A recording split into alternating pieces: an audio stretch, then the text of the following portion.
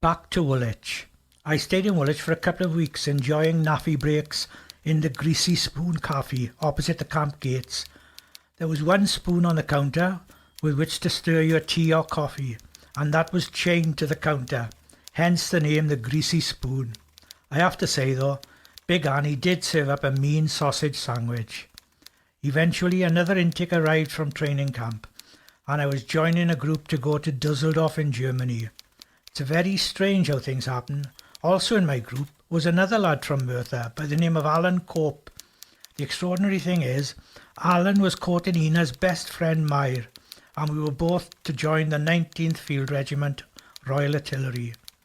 When we got there, Alan was seconded to the 28th Battery and I to 6-7 Battery, but even so we remained firm friends.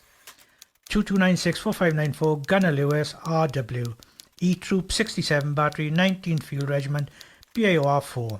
That was me, for the foreseeable future. Or to my immediate superiors, 594 Lewis, and to other gunners, Taff. Alan Cope wasn't the only Merthyr lad I met. As it happens, I soon became friendly with Eddie Harris, Taffy, from Dowlas. We could not believe it, 2 lads from Merthyr in the same troop, and in the same regiment. Eddie was a gunner. I don't mean the rank of gunner. Eddie actually worked on the guns, 25-pounders, rather him than me. The noise that came from them when they were fired was incredible, and as I remember it, health and safety wasn't an issue in those days, so there were no earplugs to wear.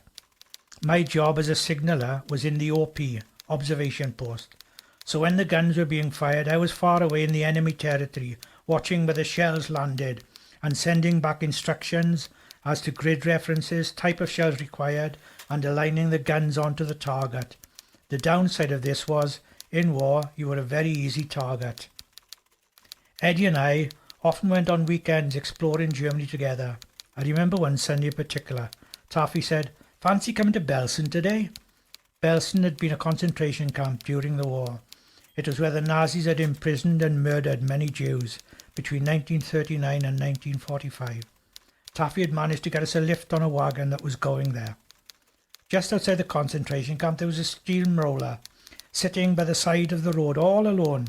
Taffy said, "Jump on, Taff, and I'll take a photo of you." It was just as well that we did all our usual messing about before looking around Belsen.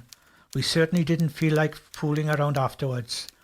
There were mounds all over the place with simple inscriptions on them, like, "Here lies dead," then a number was inserted, 50, 100, 200 or whatever, killed at the hands of the murderous Nazis.